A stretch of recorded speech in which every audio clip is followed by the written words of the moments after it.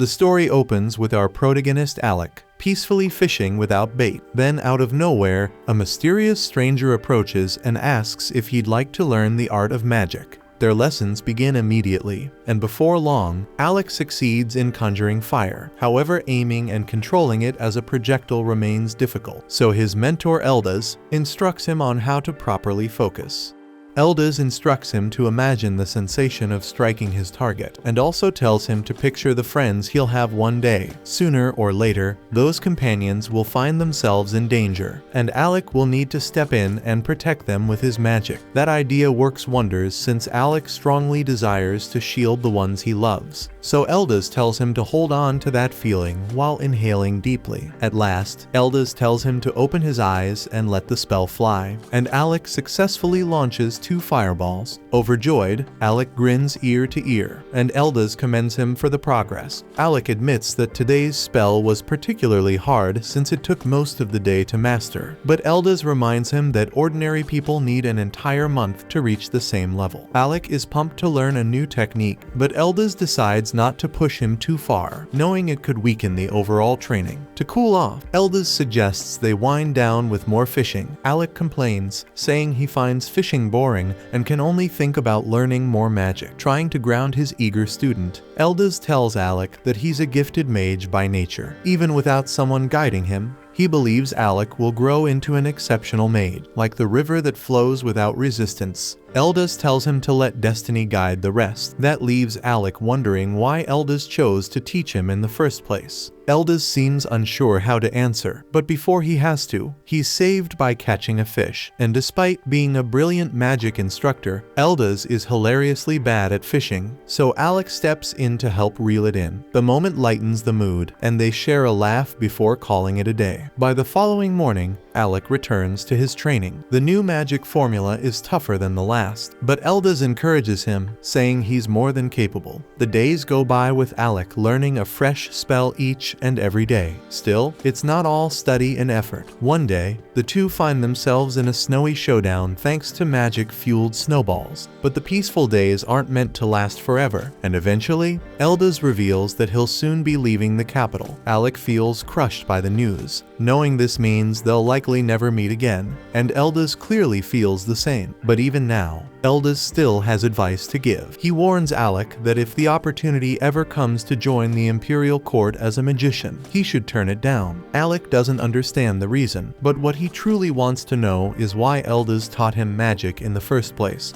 Eldaz hesitates, emotion showing on his face, but he manages a gentle smile and says it was because Alec's mother helped him long ago, back when she was still alive. Those end up being Eldaz's final words to his student, leaving Alec silent and shaken. Years pass, and Alec, now a grown man, is attending the Royal Academy of Magic. He never forgot the teacher who changed his life, and in his search for answers, he discovers that Eldaz once graduated at the top of his class. He did become a court mage, but for reasons unknown, he was later exiled. Alec realizes now that this is likely the source of the sadness that always lingered in Eldaz's eyes. With this in mind, Alec makes a bold decision. He sets his sights on reforming the structure of the Imperial Court. To repay the debt he owes Eldaz, Alec swears to make a difference, and that begins by becoming a court magician himself. Time skips forward, and Alec has achieved his goal. He's now serving as a court mage, but that changes quickly as Prince Regulus announces Alec's dismissal. Regulus questions whether Alec even understands his own duties. Alec replies that his role is to assist the prince using his magic, but Regulus clearly has something else in mind.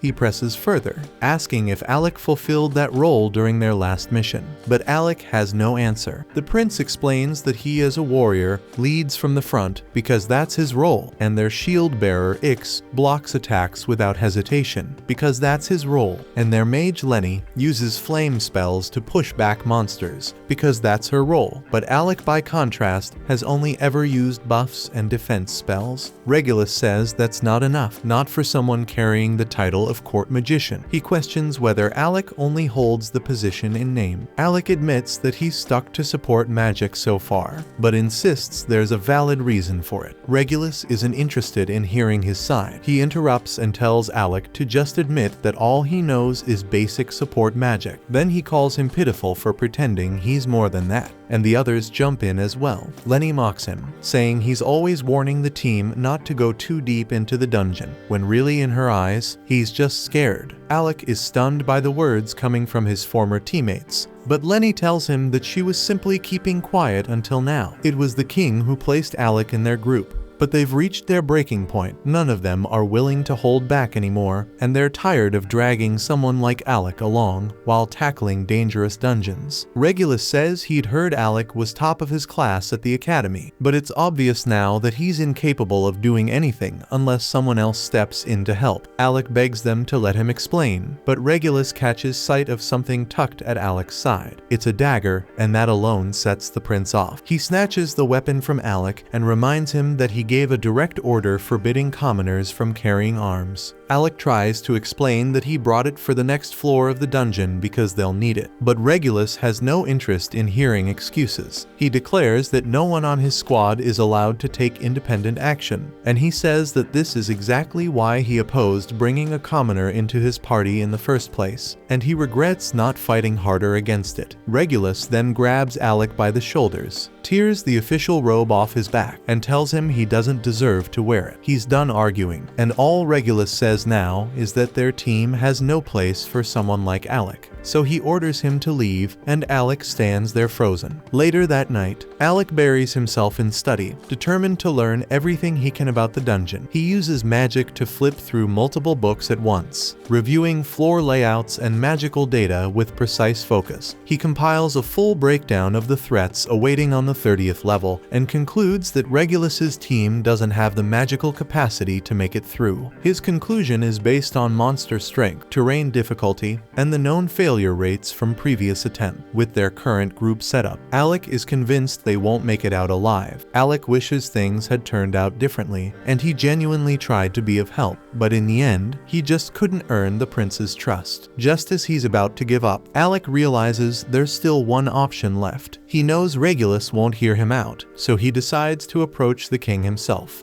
But when he reaches the castle, he's turned away at the gate because he's no longer a court magician, and ordinary citizens aren't allowed inside without official approval. Still, Alec refuses to leave and insists that he carries information too important to ignore. Right at that moment, Lenny shows up to remind Alec that he's been dismissed. She sneers that he's no longer a court magician, just another ordinary commoner. She says she's heard plenty of tales about his supposed brilliance back at the Magic Academy, but seeing him now, she figures those stories must have been lied. One rumor even claimed Alec broke records in the capital's dungeon. Until then, no one had gotten past the 30th floor, but allegedly Alec reached the 68th. Lenny always doubted that story, and now she feels validated. Alec doesn't respond to her jabs and chooses to stay silent because he still has something urgent to deliver to the king. He reminds her that it was the king himself who assigned him to Regulus's team, and that must mean the king trusted him. The message he carries is meant to protect the prince, and Alec believes the king would listen if he just had the chance to pass it on. Lenny returns, seemingly to accept the letter, only to shred it into pieces right in front of him. She says she's done entertaining a commoner's words, then orders the guards to toss his sorry ass out. Later, Alec reflects on how it's been 4 years since graduation, and he tells himself he really did try his hardest as a court magician. Still, he feels the weight of failure and knows he owes Eldas an apology. In the end, he couldn't reform the imperial court like he promised. Suddenly, a familiar voice calls out, and Alec turns to see Yorha, an old friend from the past. It's been 4 years since they last met, but she can tell right away that something's wrong. Alec apologizes for the gloomy mood,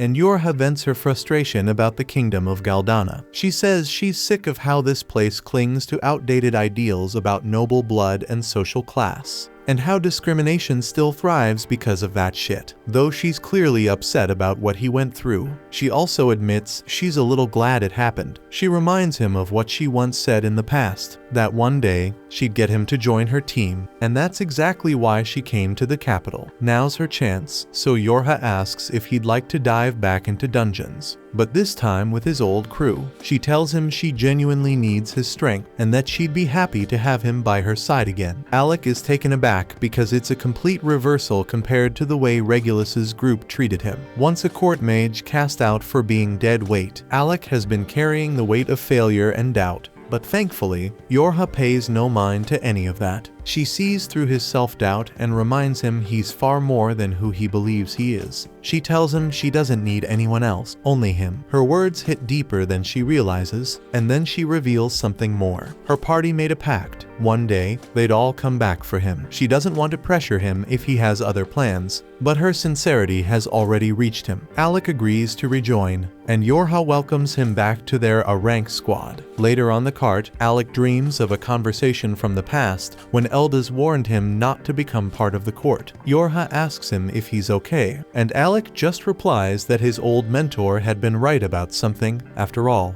Back at the palace, Regulus receives word that Alec has left the kingdom and returned to the life of an adventurer, and the group mocks their former companion. The academy once called Alec its most brilliant student, and Regulus had been eager to see how impressive he really was. But after fighting beside him, Regulus concluded he was nothing but a spineless disappointment. Lenny says she's just relieved they won't have to deal with that useless commoner again. Alec's replacement is already lined up, the brilliant son of a noble house named Vogan, and as a true noble, he'll contribute far more than Alec ever could. And with Vogan now on the team, Lenny says they'll tear through the dungeon faster than anyone has before. She boasts that Regulus's name will echo across the world, and they all burst into maniacal laughter. Meanwhile, our protagonist arrives in the dungeon city known as Fizzle. Yorha loves it here because unlike the kingdom, Fizzle doesn't carry the same old bias and class restrictions, so it's been her party's home base for years. But before they can venture into any dungeon, Alec has to officially register as an adventurer. That part is easy enough, but a new obstacle appears. In Fizzle, no adventurer is allowed past floor 30 of any dungeon without a special permit, and that pass is only granted after 2 years of being a guild member. And since Alec just signed up, he doesn't qualify, which means for now they'll have to wait 2 years. The two decide to rest for a bit, and during their break, Yorha explains that her team has already made it down to the 52nd floor of their current dungeon. She wants Alec to be part of that progress, but waiting 2 whole years isn't an option. Instead of fixating on what they can't do, Yorha chooses to focus on what they can. She reminds Alec that lower dungeon levels don't require any passes, and that there should be plenty of places for them to practice. After all, they're adventurers, and in a city built around dungeons, they've got no shortage of opportunities. Soon after, the two are locked in combat on the 2nd floor of one such dungeon. Yorha casts a strengthening spell on Alec, and he quickly cuts down several of the giant wasps surrounding them. But suddenly, Yorha feels uneasy. She had planned for this outing to be an easy warm-up, yet something feels off. She blinks, thinking her eyes might be deceiving her, as the swarm around them multiplies at a shocking rate. But Alec confirms it's no illusion. The insects are furious, and from their behavior, he concludes that their nest has been disturbed. Yorha then conjures a magical barrier to draw the swarm's attention, but Alec urges her not to push ahead. She surprises him, saying she's got this under control. Normally, Alec could handle monsters like these on his own, but Yorha can tell he isn't performing at his best. She knows his potential,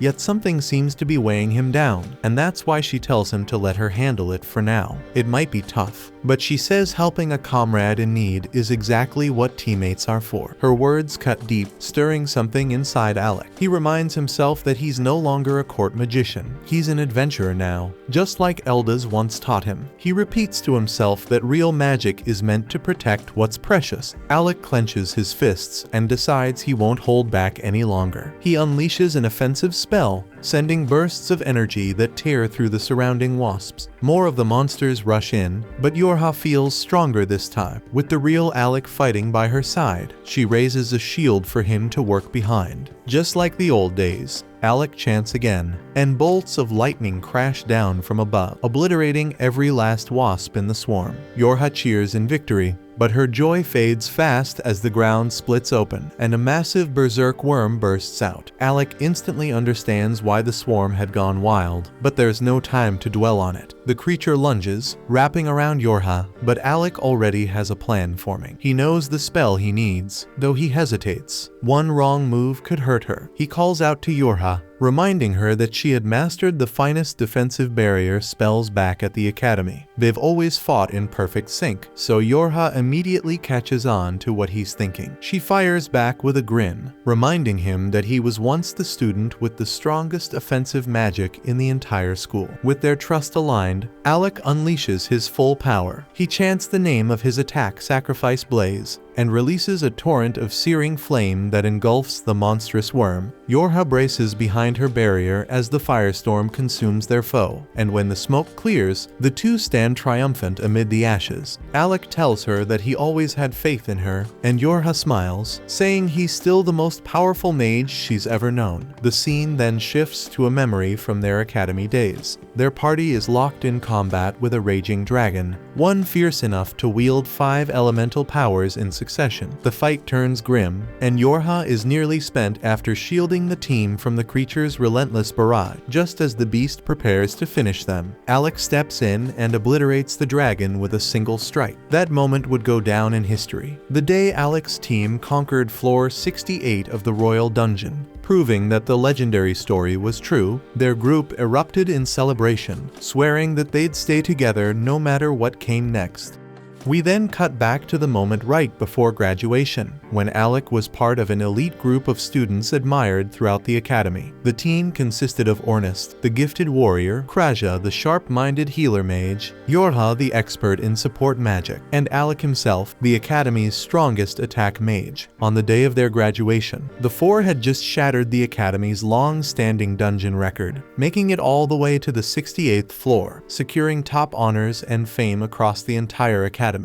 But as they were walking back together, chatting about their future goals, Alec suddenly came to a stop and told them that he wasn't planning to continue with them because he'd decided to become a court mage instead. His teammates were visibly let down, especially Ornest, who had hoped that with Alec on board, they could have formed the strongest adventure team the world had ever seen. Still, he respected Alec's choice, knowing he must have had his reasons. But before they parted ways, Yorha made one thing clear, that she wasn't giving up, and the moment Alec became available again, she'd be there, waiting to bring him into her party. That brings us back to the present, where Yorha happily welcomes Alec to the team to celebrate. She treats him to a warm meal, but it turns out she doesn't handle alcohol very well, because after a single mug of beer, she's already slurring and barely upright. Within moments, she's out cold, slumped in her seat, so Alec places his jacket over her so she doesn't catch a chill. That's when a man suddenly appears behind him, commenting that Alec seems unusually thoughtful for an adventurer. Assuming he's just a random drunk causing trouble, Alec chooses to ignore him and turns away. But the man doesn't like being brushed off, and he angrily swings his bottle at Alec. The glass shatters, but Alec had already activated a barrier spell, blocking the attack with ease. He prepares to respond, but the man surprises him by calling him by name and saying he lives up to the rumors, then sliding a dungeon permit across the table. He tells Alec to treat it as an apology for such a rude test. Alec, still a bit irritated, now feels more confused than anything. He has no idea who this man is, until Yorha, still groggy from her drunken state, suddenly sits up and asks what the guild master is doing here. Alec freezes in place, realizing the man is none other than the guild master himself. The guild master then calmly tells him that he'd like to see what the former court magician is truly capable of, and invites him to come to the training grounds for a demonstration. Soon, they arrived at the guild's testing chamber, where the man finally introduces himself properly as Leviel Stamp. Alec immediately recalls hearing tales of Leviel's past, and he was once a member of an elite S-rank adventuring team, so Alec knows this fight won't be easy. Still, he's thrilled because he sees this as the perfect opportunity to sharpen his edge before stepping into a real dungeon. As soon as the match starts, Alec opens with a thunderbolt, but Leviel swiftly dodges and retaliates with a slicing water slash. Alec quickly realizes that ranged magic won't work well in this fight, and he'll have to go in close if he wants to stand a chance in this duel. But before he can get close, Leviel activates body enhancement spells, dramatically boosting his speed and strength. He moves so fast that Alec struggles just to follow him with his eyes. And when Leviel finally attacks, Alec manages to throw up a barrier just in time. But even with the shield, the impact sends him crashing into the wall. Yorha flinches in concern, but Alec soon gets back on his feet, assuring everyone he's alright. He admits the speed caught him by surprise, but now that he's experienced it once, he starts thinking of ways to react to it. Then, a grin forms on his face because he remembers that back when he served the prince, he was forbidden from taking initiative in combat. But now, as an adventurer, he has no such restraints, so he's not just limited to dodging and support spells anymore. Channeling his magic into his staff, Alec reshapes it into a glowing blade and charges straight at Leviel. In response, Leviel fires off another water slash, but Alec slices through it with ease, closing the distance. Leviel's impressed, but he doubts Alec will be able to do the same once he starts throwing punches. He strengthens his body even further and darts toward Alec again. But this time, Alec is ready. Just as Leviel gets into striking range, he triggers a hidden thunderbolt spell that explodes right in his face, stunning him long enough for Alec to land a direct strike with magic blade. Leviel stumbles back, genuinely surprised that Alec managed to break through his defense. He finally understands why Yorha always speaks so highly of him,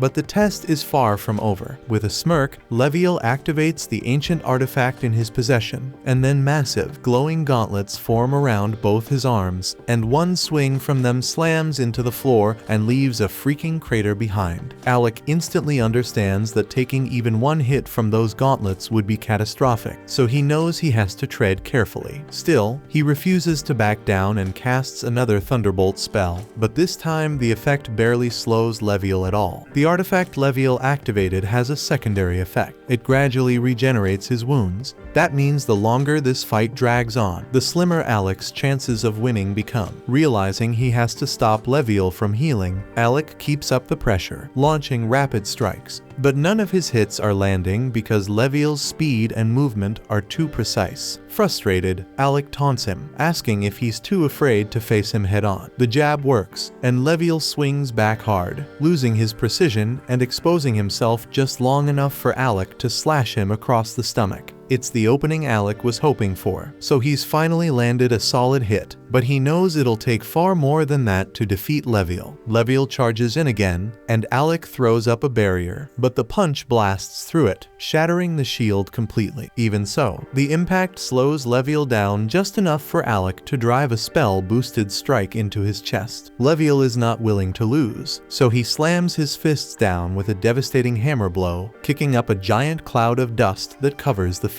Yorha starts to worry that Leviel is going too far for what's supposed to be a test, because that last hit looked like it should have knocked Alec out. But then Alec appears behind Leviel and lands one final blow before his wand breaks, and he collapses. Yorha runs to check on him, and Leviel admits he may have pushed things too far, and he declares Alec the winner. As Yorha starts treating Alec's wounds, Ornist shows up after getting tired of waiting, and is shocked to learn that Alec had just fought Leviel. He tells Leviel it was a bit much to use his strongest weapon in a sparring match, but Leviel says that things got intense, and he lost himself mid-fight. Now that he's seen Alec fight, Leviel is sure he's ready to enter the dungeon and hands over the dungeon pass. The test didn't go how anyone expected, but Ornist still congratulates Alec for passing. Since Alec is still unconscious, they carry him back and let him rest on a couch. By now, everyone knows what Alec went through as a court mage, and the fact that he lasted as long as he did is nothing short of incredible. The palace was packed with snobs who couldn't stand the sight of a commoner in their ranks, so Alec must have fought with everything he had just to hold his ground for this long. Right then, the receptionist bursts into the room, urgently calling for the guild master with some bad news. Leviel quickly tells the group he has to take care of something and asks them to stay behind and look after Alec while he's gone. Before leaving, he warns them not to go any anywhere near his alcohol stash, especially not to touch the rare bottles. The moment Leviel steps out, Ornest casually strolls over to the liquor shelf and grabs the most extravagant-looking bottle he can find, grinning to himself, just to mess with Leviel later. Then, turning serious, he asks Yorha to tell him the full story behind Alec's time as a court mage. Up to this point, he's only heard vague bits and rumors,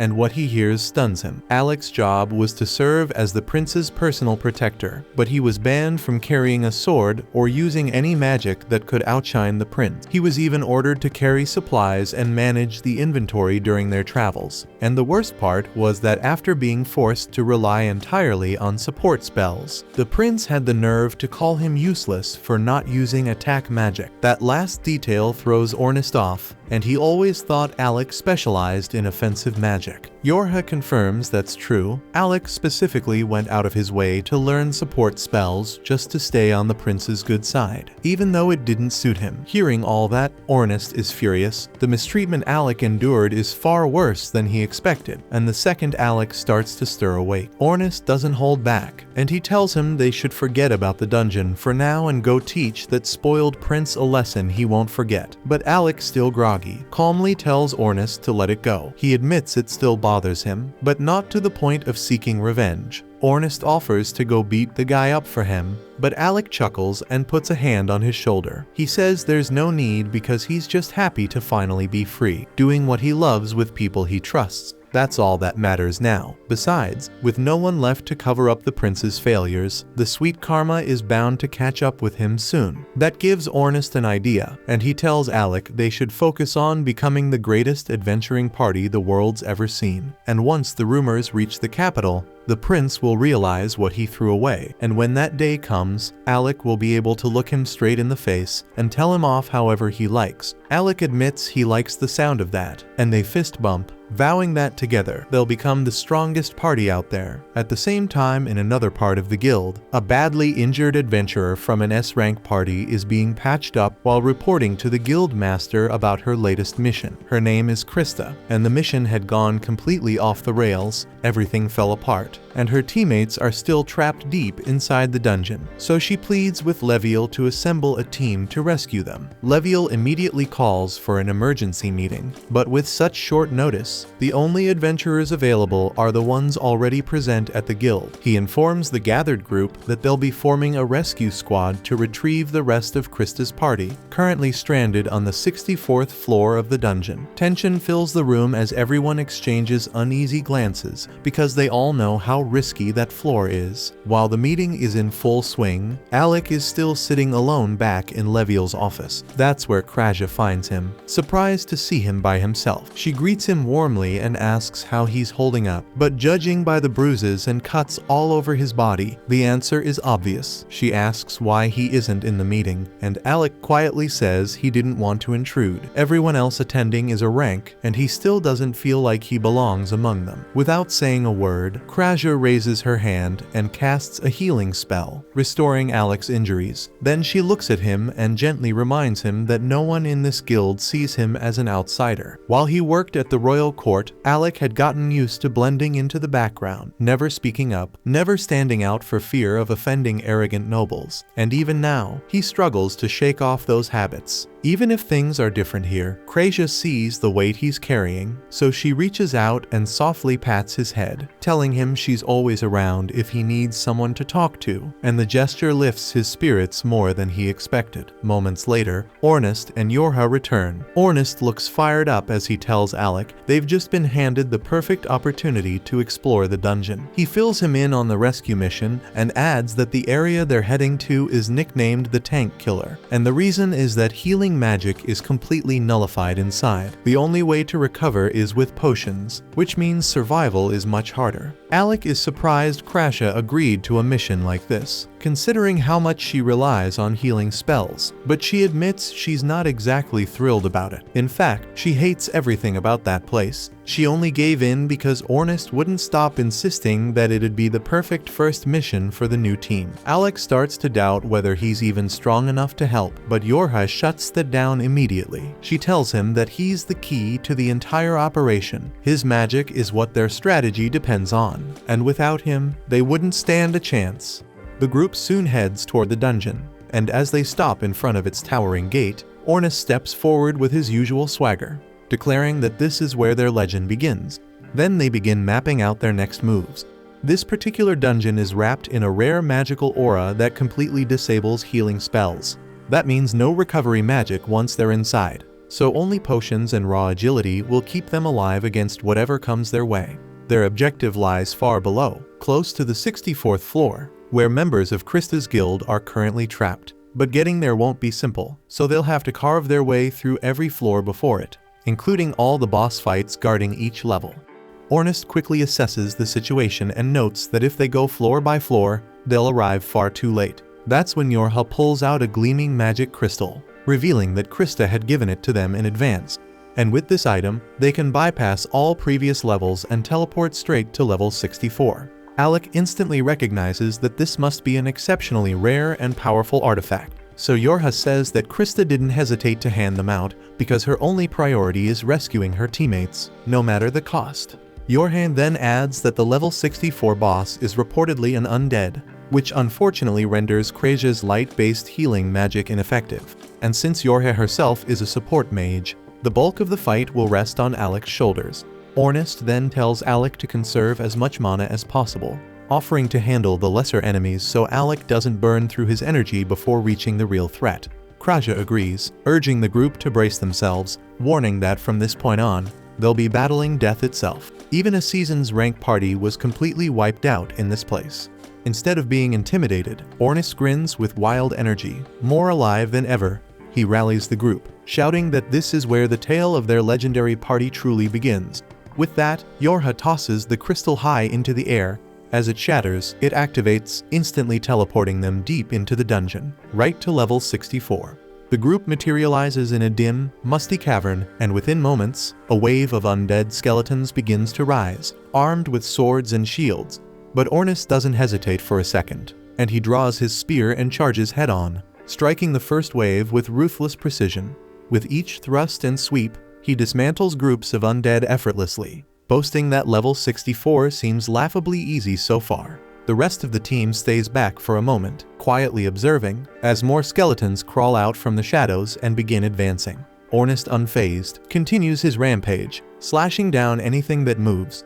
But Yorha quickly becomes concerned because he's moved too far away from her area of effect, so she breaks into a sprint, calling out for him to return to formation. Alec and Krasia follow closely, both muttering that Ornus will probably be fine. After all, he's armed with a legendary artifact, the piercing black spear.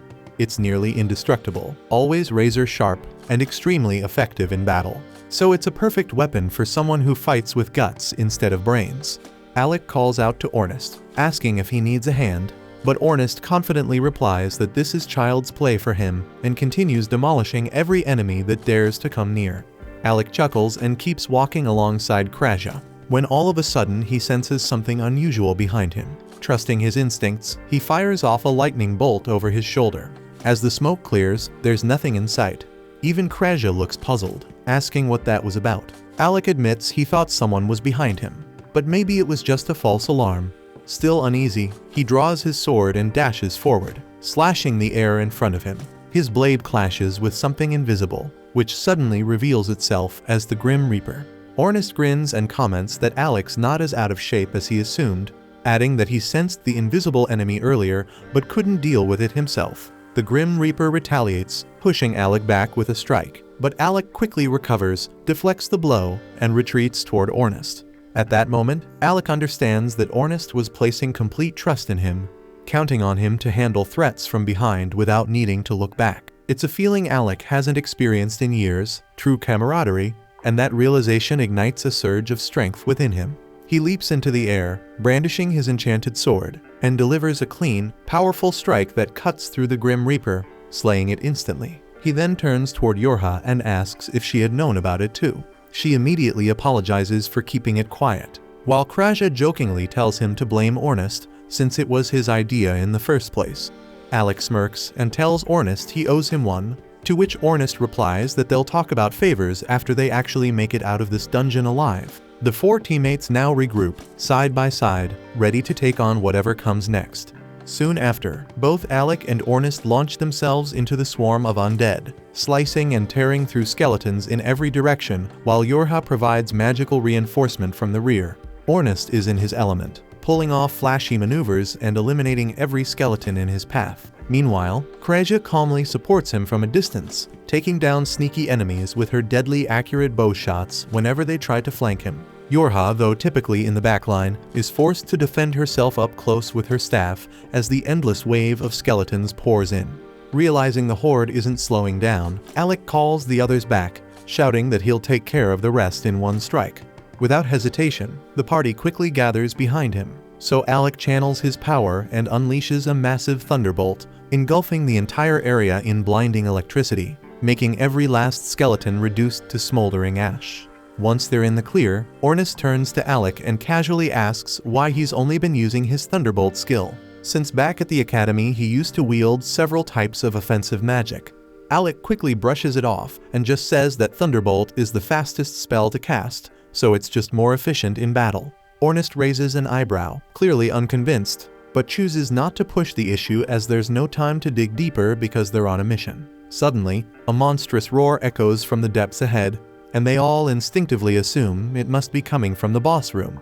Ornest doesn't hesitate because the moment Yorha casts reinforcement magic, he blasts forward like a flash, running faster than Ishospeed himself. Alec watches in surprise, impressed by both Ornest's explosive speed and Yorha's magic boost. He and the girls waste no time and quickly follow Ornest through the tunnel toward the source of the noise. As they emerge into a wide open chamber, they spot Ornest perched casually on a rocky ledge, arms folded, observing a chaotic scene unfold below as a massive monster is chasing a panicked adventurer in every direction. Alec immediately prepares to help the poor guy, but Ornest doesn't move, muttering that the frantic mage down there is named Loki, a notorious troublemaker from a party called Recroma. Kraja nods in agreement, adding that Loki might be obnoxious, but he's also a clever support mage.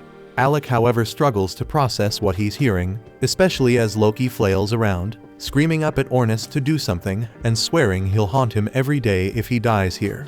Ornest, unfazed by the threats, just watches with a bored expression.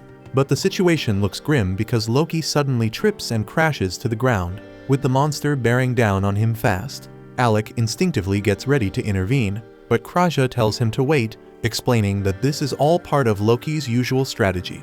Alec hesitates, watching as the towering monster approaches Loki. But then, in a flash, a trap spell beneath the creature ignites, blasting it with molten lava. Alec's eyes widen in shock, but Kraja simply smirks, repeating that Loki is nothing if not crafty. The beast staggers backward, only to trigger another trap, setting off a chain of fiery explosions. Loki jumps to his feet and starts taunting the creature, laughing mockingly and boasting that only a fool would trip in a trap-filled zone like this. But his arrogance quickly backfires as the monster roars in rage and charges up a devastating magical blast aimed directly at him. Loki's bravado fades in an instant as he realizes that death is seconds away. So he closes his eyes, bracing for the end, but is saved at the very last moment by none other than Ornest, and Loki can't believe he's still breathing. Then, as Alec and the girls make their descent to join the battle, the monster redirects its fury, launching an attack straight at Alec. But Yorha reacts in time, casting a protective shield that blocks the strike. Alec prepared to counter with another thunder magic, but before he could unleash it, the beast twisted around and charged straight for Ornest and Loki instead.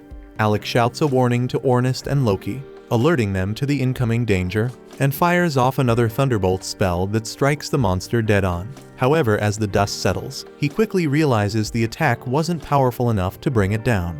Ornest notices the creature rapidly closing in on him, so he resorts to a desperate maneuver, charging straight at the beast and slipping between its legs in a swift motion. He then hurls Loki toward Kraja, who tumbles to the ground beside him.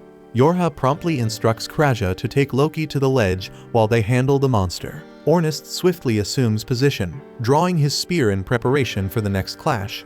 They wait until Kraja secures Loki's safety, then brace themselves for the final confrontation. Yorha casts a powerful enhancement spell, boosting all of Ornest's stats, prompting him to charge the creature head-on. He skillfully evades its strike, leaps into the air, and drives his spear toward its face. Yet the monster proves far more resilient than expected, violently shaking him off and flinging him to the ground. Yorha races to aid the fallen Ornest, but the monster attempts to crush him instantly. Fortunately, she casts her shield spell just in time to block the blow, giving Ornest a brief moment to recover. Meanwhile, Alec appears almost theatrical, conducting an unseen symphony as he summons 5 glowing magic circles around the monster. Loki observes in disbelief, remarking that even generating 3 circles is incredibly difficult. For Alec to conjure 5 simultaneously, he must be a prodigy, but Kraja calmly replies that Alec is capable of far more. To Loki's astonishment, Alec proceeds to summon 20 magical circles at once. Then, as the monster lunges forward, Ornest climbs up its body and strikes its tail, buying Alec the precious seconds needed to complete his spell. Ornest then leaps away just as Alec finishes his incantation and unleashes a devastating barrage of thunderbolt magic that electrocutes the beast, freezing it mid-motion.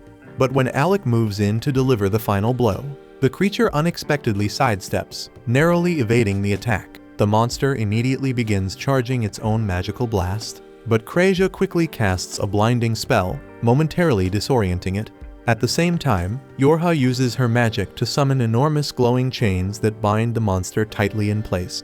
Taking full advantage of the moment, Ornest hurls his spear like a javelin, landing a direct hit through the creature's skull as Alec prepares to finish it for good.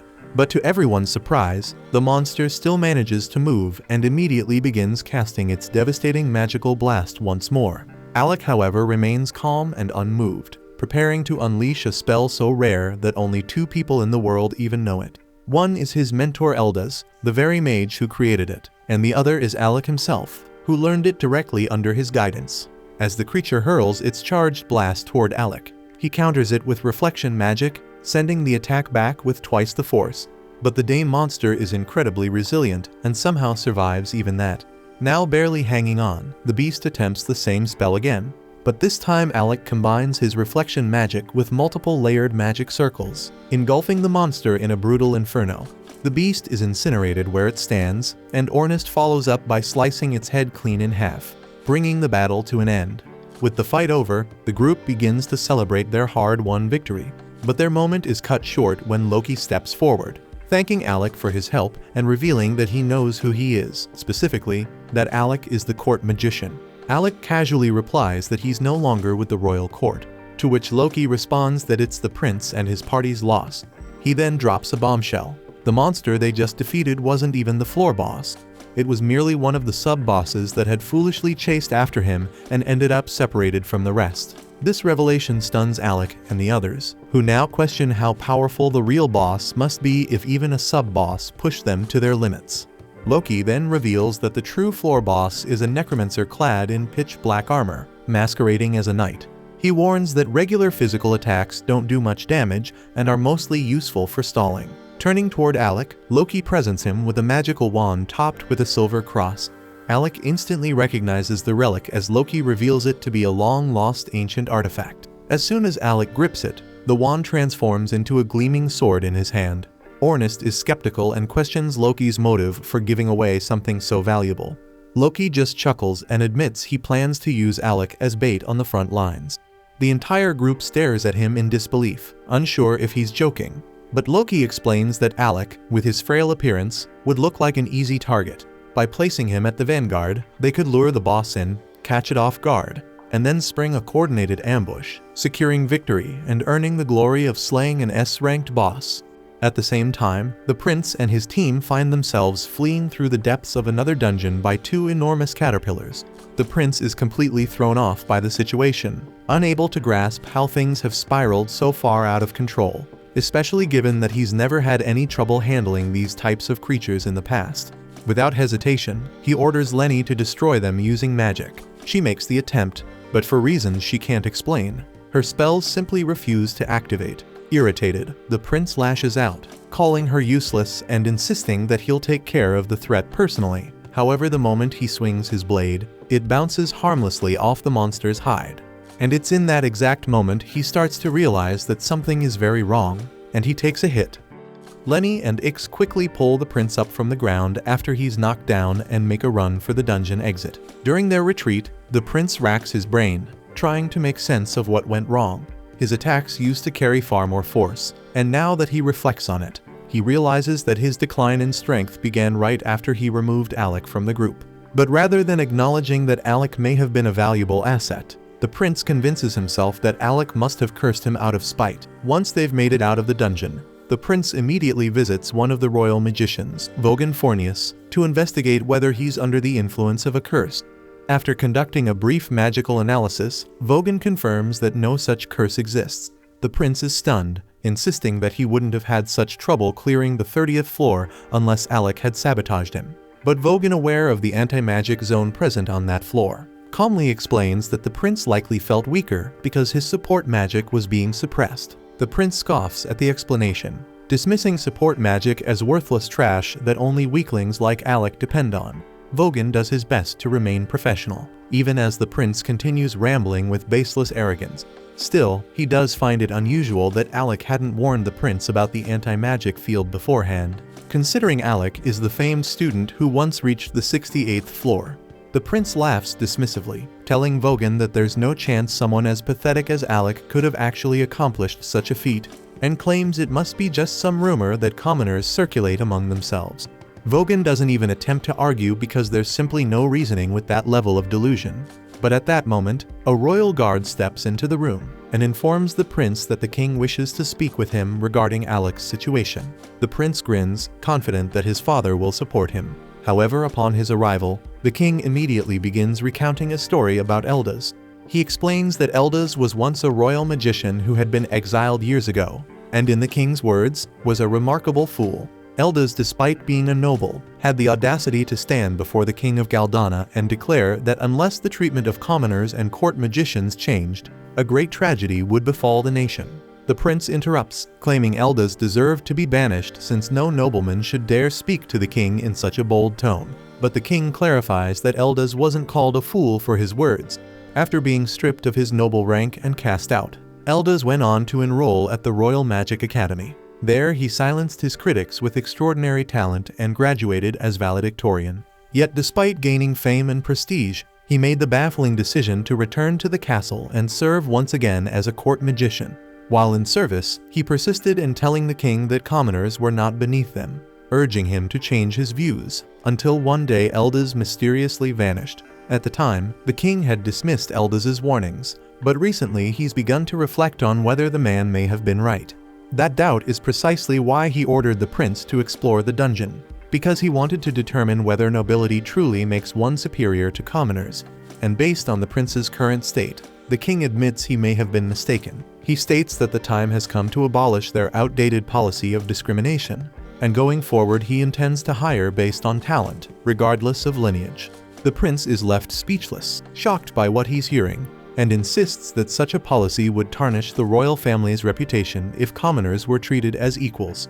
The king calmly acknowledges that he's the one who raised the prince with those beliefs. But times have changed, and so must they. The prince protests, arguing that associating with commoners like Alec only brings disaster, pointing to his own situation as evidence. But before he can continue, a guard steps forward and hands Regulus the remains of a torn note that Alec had written.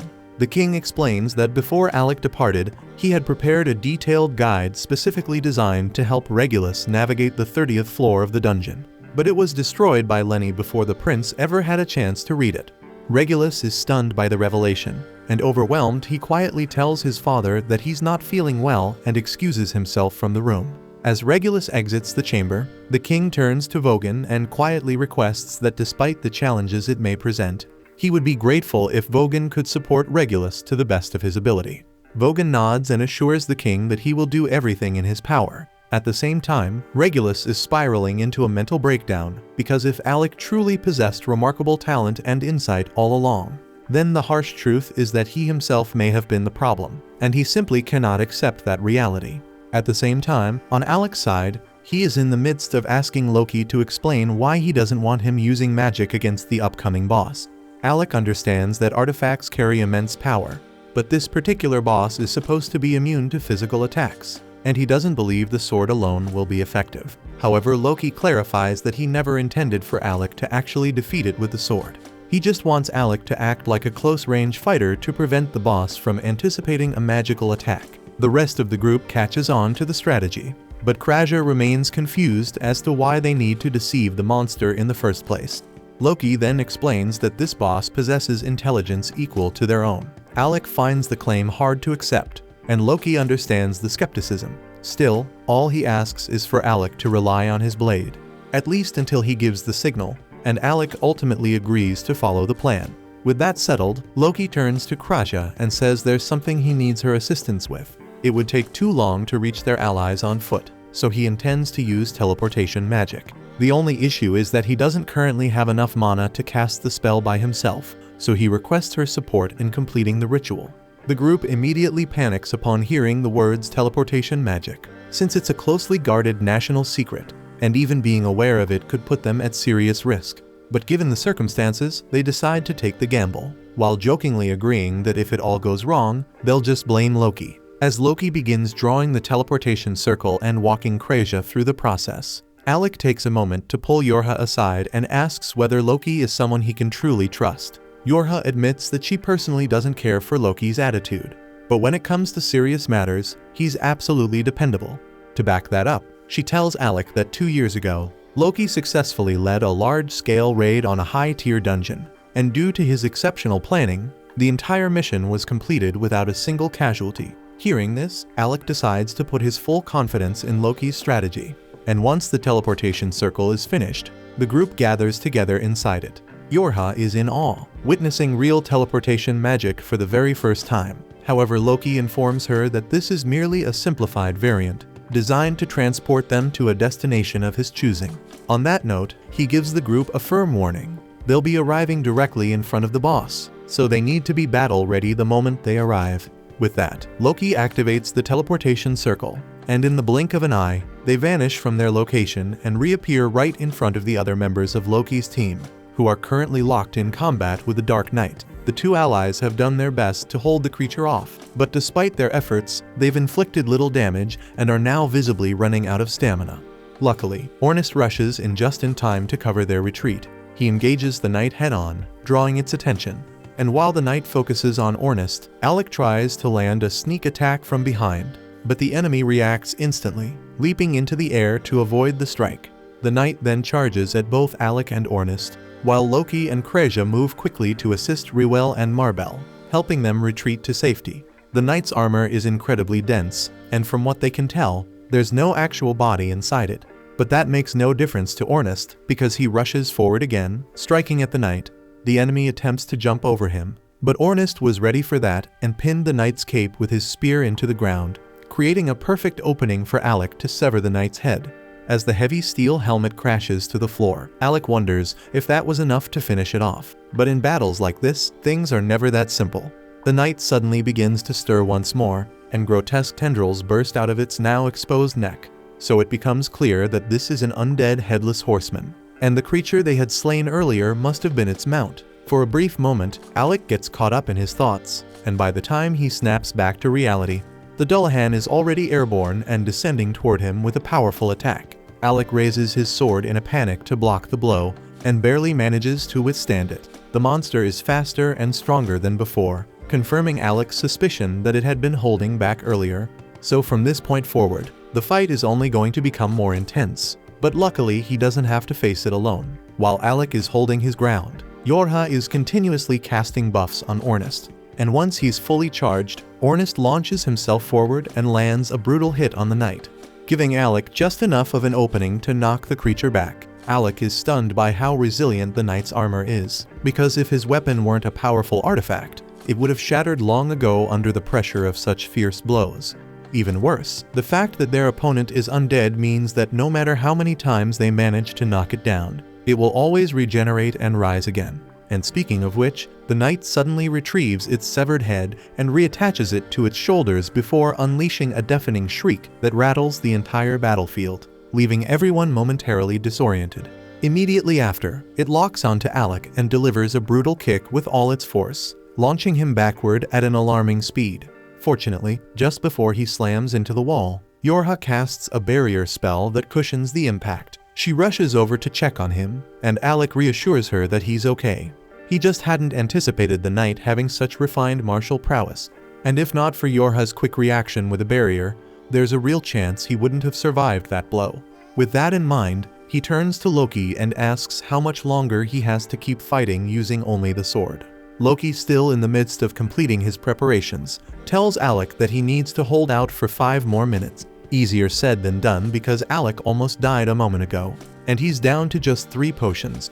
Meanwhile, Ornest is struggling to stay on his feet, shouting for Alec to get his ass back into the fight.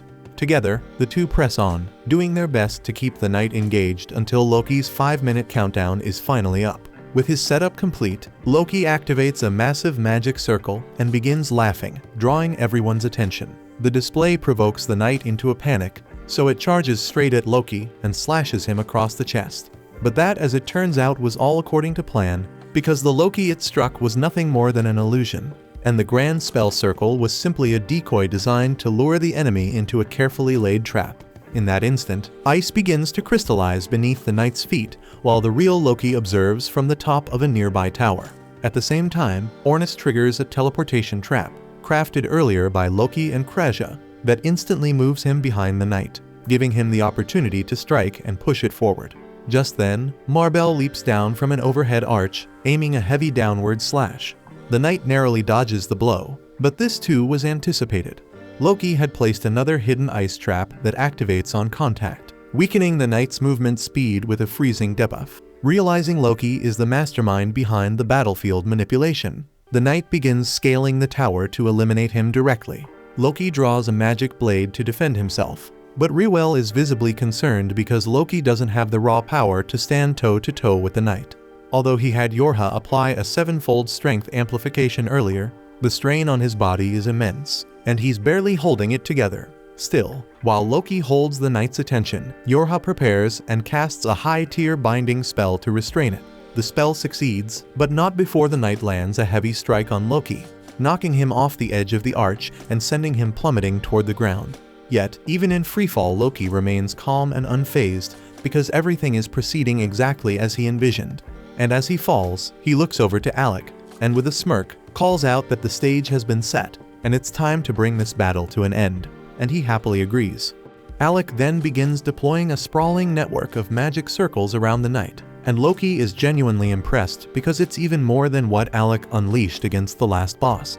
But after everything he's already been through, Alec's body is starting to give out under the immense pressure of sustaining such complex spellwork. Still, he forces himself to his feet and launches the Thunderbolt acceleration spell, which lands a devastating blow.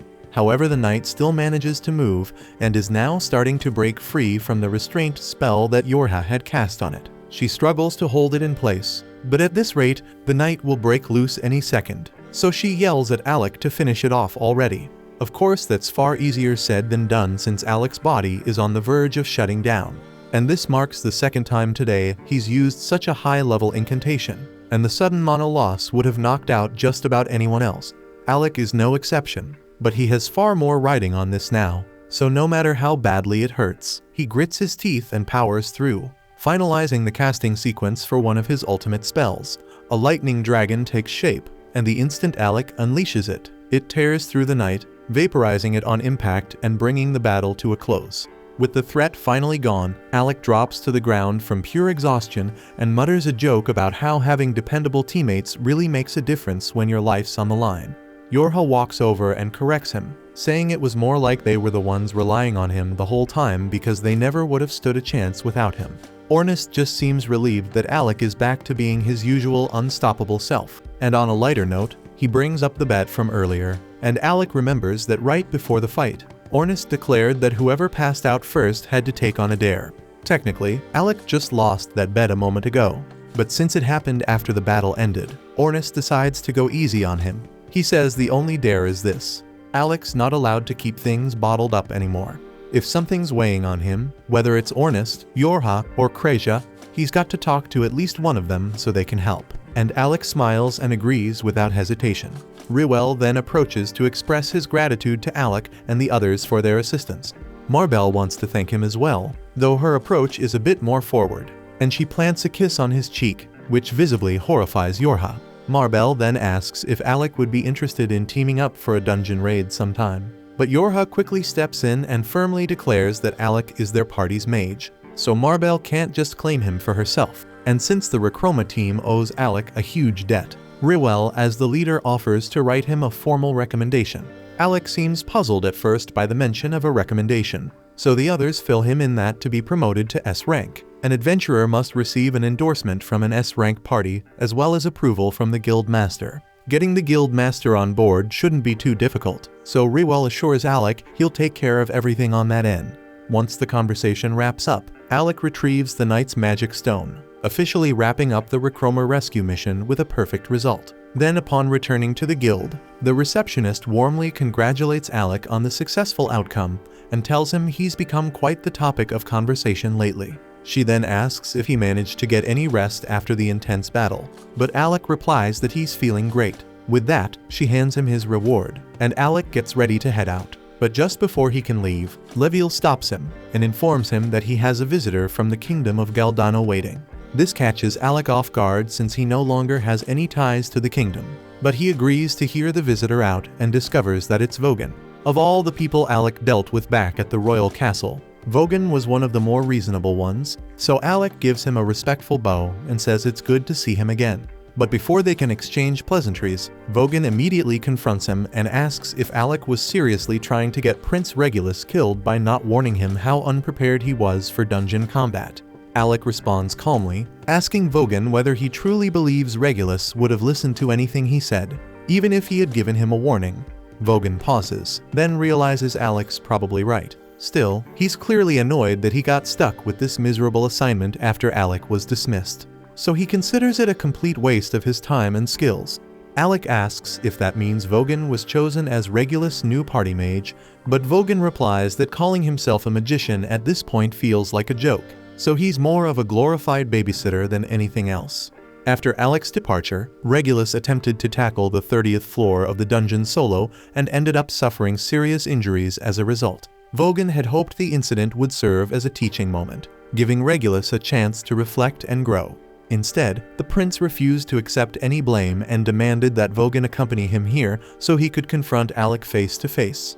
Alec asks if that means Regulus is currently in the city, and Vogan confirms it, explaining that he's down in the underground training arena at this very moment. Alec hadn't expected to cross paths with Regulus again so soon, but he realizes this might be the perfect chance to finally close the book on their unfinished business.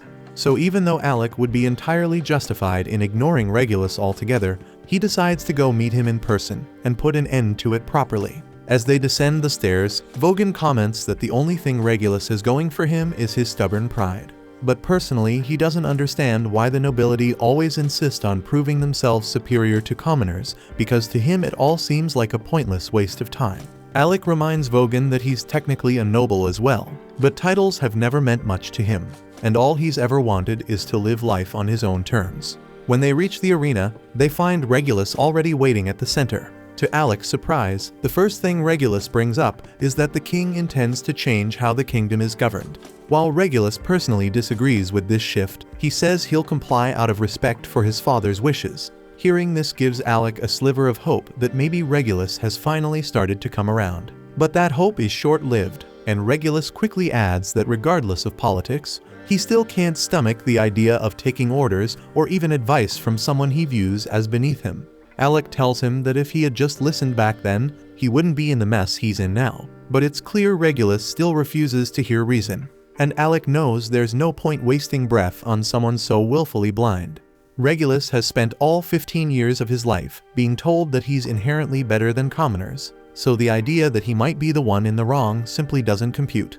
Desperate to prove that everything he's ever believed isn't a lie, he draws his weapons and challenges Alec to a duel, asking Vogan to serve as an official witness to their fight. Without warning, Regulus charges at Alec, forcing him to block with his wand. But Alec is caught off guard to find that Regulus has swapped his usual longsword for a pair of daggers. A few years back, when Regulus was first selecting his weapon, Alec had recommended that he use daggers instead of a longsword, pointing out that his body was still too small to wield something so heavy effectively. But Regulus had instantly dismissed Alec's advice without giving it a second thought. But ironically, he's now following that very advice. Still, just changing weapons didn't suddenly make him a skilled fighter, and Alec easily sidesteps one of his attacks. causing Regulus to stumble forward and slam face first into the ground. Alec suspects that Vogan probably played a role in setting this whole encounter up, so he asks what he said to provoke the prince. Vogan simply told Regulus that if he truly wanted to challenge Alec's strength, he'd have to prove it in combat. At the end of the day, it was Regulus's decision to show up and issue the challenge. And Alec has to give him some credit because despite everything, the prince didn't resort to cheap tricks. He came here looking for a clean, honorable fight. Regulus's daggers are artifacts, so they carry a good amount of power behind them. During one of their direct clashes, he even manages to break through Alec's shield. But that's about all he can pull off. He had clearly been training hard with those daggers in preparation for this moment. And in doing so, he finally realized that the real reason he ever made progress in the dungeon was because of Alec's support magic. After Alec was dismissed, Regulus kept attempting to clear the 30th floor of the dungeon on his own. But every time, he'd come back beaten and bloodied, unable to understand why. Eventually, he sat down and read through the recovered pages of Alec's original report. And what made his blood boil was that everything Alec had written turned out to be right. If he had just followed that guidance from the start, he wouldn't have failed so miserably. And even just reading it made him realize how insanely gifted Alec really was, which only made it harder to come to terms with the way he had treated him. So now Regulus demands that Alec activate his artifact and face him for real. Alec asks if Regulus is really sure about going through with this, knowing full well the gap in power between them. But Regulus stands firm and refuses to back down. Still, before they fight, Alec has one question he needs answered, and asks if it is actually true that the king intends to reform the way the royal court operates. Regulus confirms it, adding that his father had apparently been testing the strength and resolve of the lower classes, which is why he sent both Regulus and Alec into the dungeon. If that's the case, then it explains why the king always treated Alec with such unexpected kindness, and this revelation is without a doubt the best thing Alec has heard all day. Because now, those 4 years he spent serving as a court magician don't feel like a complete waste after all. But as for Regulus, he warns Alec to brace himself because he won't be holding anything back. He draws his artifact and charges forward, fully prepared to face the consequences. Regulus is shaking in his boots, knowing full well he's about to get the crap beaten out of him, but still he stands his ground, ready for whatever's coming. Yet at the very last moment, instead of striking Regulus, Alec shifts his aim and slams his attack into the ground. Regulus demands an explanation, asking why Alec chose to let him off the hook. He reminds him of every insult, every time he ignored him, mocked him, and acted like he was worthless for no reason at all. He built his whole self-image around the belief that being a noble made him better than everyone else. But if that was a lie, then what's left of who he is? He came here thinking that dying by Alec's hand would at least let him hold on to some shred of dignity. But now, Alec's looking at him with pity, and Regulus is completely lost, and he doesn't know what to believe anymore. Alec typically isn't one to laugh at someone else's misery, but even he can't help chuckling at how ridiculous this has all become. He walked in expecting a bitter grudge match, figured Regulus would be shouting threats and throwing punches, but instead the guy is breaking down and asking for life guidance. The absurdity of the moment makes it impossible to stay angry, and suddenly Alec realizes how pointless all that resentment was in the first place. Once he sees that Alec isn't mad anymore, Regulus lowers his head and sincerely apologizes for how he treated him in the past. And Alec is honestly stunned because he never thought Regulus had it in him to swallow his pride and admit fault. Still, he understands that Regulus acted the way he did because of how he was raised. That doesn't excuse it. But if Regulus is willing to change, then Alec figures it's worth letting go. So without hesitation, he offers his hand. Regulus reaches out, about to accept it, but at the last second, he pulls back, still feeling a bit too embarrassed to follow through, and he wants to hang on to a little bit of pride. Instead, he pulls out Alec's old court magician cloak and apologizes for taking it from him that day. He tells Alec he can have it back if he wants, and he also presents a letter from the king himself, stating that there's an open seat at the royal court waiting for Alec, should he ever choose to return. Alec raises an eyebrow and asks if the king is ordering him to come back, but Vogan assures him that it's not a command, just a request. Alec nods, then says he doesn't need the cloak or the letter, because he's perfectly content with his current party and has no intention of ever leaving them behind again. Regulus accepts his answer without complaint, but insists Alec take the cloak anyway because it belongs to him. Then he tells Vogan they're done here and it's time to leave, because there's nothing more to say. But as he walks away, there's the faintest smile tugging at his lips, and it's clear that both he and Alec have finally made peace with their past. The next day, Alec catches up with the group and casually asks if anyone's got time to hang out. Kraja, Yorha, and Ornest all say they're free and ask what he's thinking. So Alec admits he was hoping they could show him more of Fizzle, because he's still getting his bearings and wouldn't mind a proper tour. Under normal circumstances, all three would be happy to help out, but the second Ornest and Kraja realize what's happening. They both spot this golden opportunity to give Yorha some alone time with Alec. So without wasting any second, they each toss out some clearly fake excuse and duck out, leaving Alec with no choice but to spend the day with Yorha one-on-one. Alec doesn't pick up on how suspicious their exit is, and Yorha just laughs it off, even though she knows full well they just handed her a gift on a silver platter. That said, she almost screws it up right away by asking Alec if he wants to push the date to another day, but he says he's totally fine with it being just the two of them. Hearing that gets Yorha a little hyped, so she jumps up and says she's gonna give him the full Fizzle experience. A bit later, the two are strolling through the city as Yorha explains that Fizzle's an adventurer-heavy town, so it's common to find weapons, armor, and all kinds of gear sold everywhere. But she warns him not to trust everything he sees, since some merchants are shady and love tricking people with useless junk.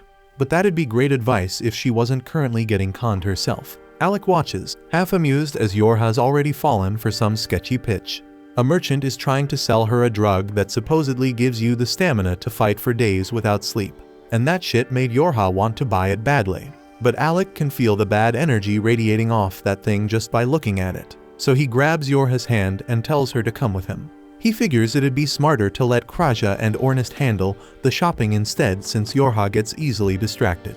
She admits she does get duped here and there, but reminds him that the last time she asked those two to shop, Ornest came back looking like Zorro, and Kraja bought an oversized teddy bear, so trusting them isn't exactly a winning move either. With that in mind, Alec says he'll take over the party's shopping from now on, and Yorha tells him that would honestly make her life way easier. As they continue walking, Alec notices a cozy-looking cafe and suggests they take a break, so the two of them go inside to relax over some tea. While they're sitting and chatting, Alec brings up how Ornest and Kraja seem to really dislike Loki, and asks Yorha what that was all about. Yorha tells him it's kind of a long story, then explains that 2 years ago, they ran into a rank party that was struggling in a dungeon, so they stopped to lend a hand.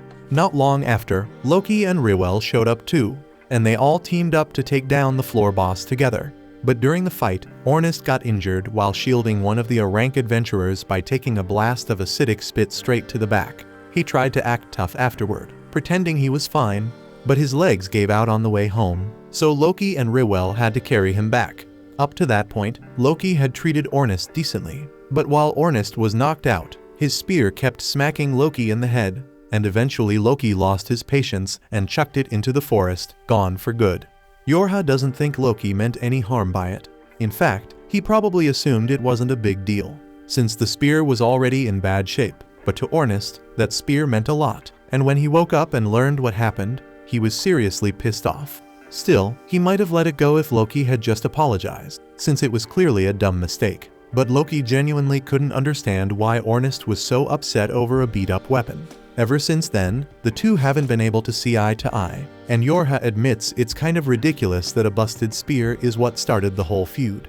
Alec agrees, but that still leaves the question of why Kraja doesn't like Loki either. Yorha laughs and says Kraja doesn't actually have a real reason, she just doesn't vibe with the guy.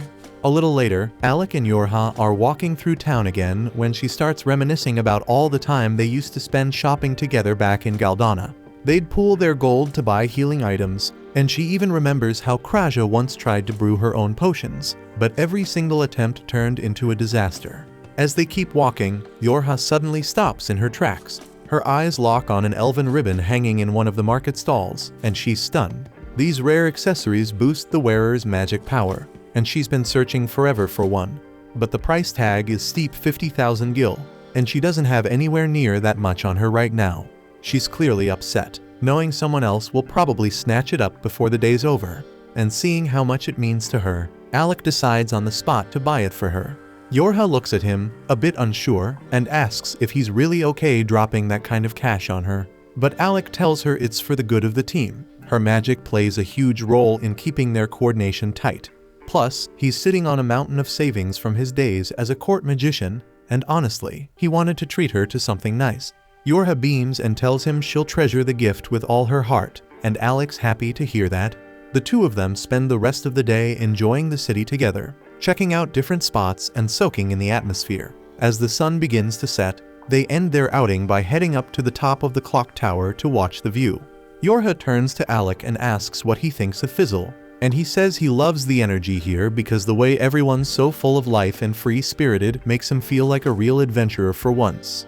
After hearing that, Yorha gets a little more serious and asks Alec if being in her party is truly what he wants. She brought him in right after he got exiled from the royal capital, and she can't help but feel like she took advantage of his situation, like she pressured him into joining when he didn't have any other options. She tells him that if he ever wants to leave, she won't hold him back, but Alec cuts her off and says sure. There were a few things he had planned back in Galdana before leaving, but that doesn't matter anymore. What matters now is chasing the goal Ornest threw out there, becoming the strongest party in the world. And he knows there's no way he can reach that without Yorha and the others by his side. So he's not going anywhere. That answer puts Yorha at ease, and she's especially glad to hear it because it's rare for Alec to speak so openly. He's usually the kind of guy who keeps everything bottled up. Alec says he just felt like it was time she knew how he really felt. And actually, there's one more thing he needs to tell her. Yorha starts blushing, thinking this might be the moment he confesses his feelings, and she even starts leaning in, expecting a kiss. But Alec suddenly chuckles and says the only reason he's being so open is because he lost a bet to Ornest, and part of that deal was that he's not allowed to hide what he's thinking anymore. Yorha instantly realizes Alec still has no clue how she feels about him, and it leaves her totally flustered. She had really hoped he'd finally make a move, but he's not. Frustrated, she turns away, trying to hide her embarrassment, while Alec just stands there confused, completely unaware of why she suddenly looks so upset. The following day, Ornest heads over to wake Alec and finds him completely knocked out in bed, surrounded by a pile of books. He tries the usual way, calling Alec's name, but when that fails, he just yanks the covers off and shouts for him to get the hell up. Ornest reminds him that a proper adventurer is up at the crack of dawn, ready to go.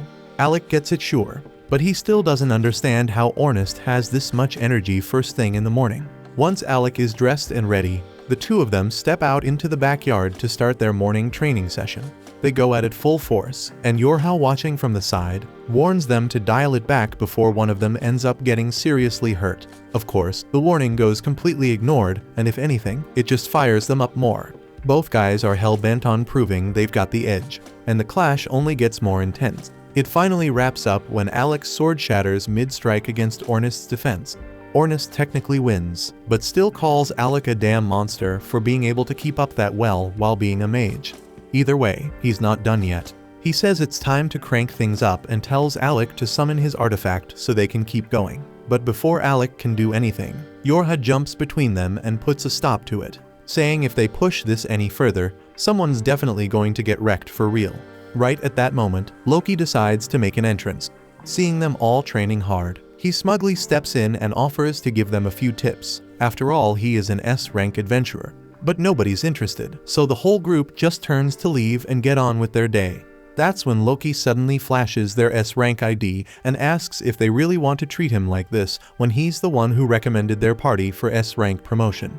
As soon as he says that, Yorha immediately spins around and gets hyped, asking to see the card. She's clearly thrilled about the promotion, but Loki says he won't hand it over unless Ornest apologizes for all the times he treated him like crap. Ornest flat out refuses, and just as the tension starts building, Krista and Riwell arrive and step in, telling Loki to quit making trouble for Yorha's team. They go on to explain that the recommendation for Yorha's party to be promoted to S-rank has already been submitted and approved by the guild master, so they're only here to deliver their brand new S-rank ID. Everyone's riding high from the promotion, but then Krista walks up to Alec and tells him she doesn't think becoming S-rank is nearly enough to repay everything he's done for their party. So she tells him straight up that if he ever finds himself in trouble, he'd better not hesitate to call on her, and Alec genuinely appreciates it and says he'll keep that in mind. And to celebrate the fact that Lasting Period officially made it to S-rank, Loki suggests they all go out for lunch, So Kraja quickly announces that Loki is inviting everyone to eat on his tab, and immediately the group heads over to the tavern for a well-deserved feast. Even while they're eating, Alec still can't fully wrap his head around the fact that he's part of an S-rank party now. But Ornest catches the look on his face and immediately calls him out, warning him not to start doubting himself. He then tells Alec this is just the beginning of their legacy, and if he starts getting stuck on stupid insecurities, Ornest won't hesitate to beat some sense into him. Alec says he gets it, and with that, Yorha lifts her glass and proposes a toast to their new S-rank status. They even go as far as ordering a whole barrel of the tavern's most expensive booze, much to the dismay of Loki's wallet. Hours later, night has settled in and everyone's full and tired, ready to head back home.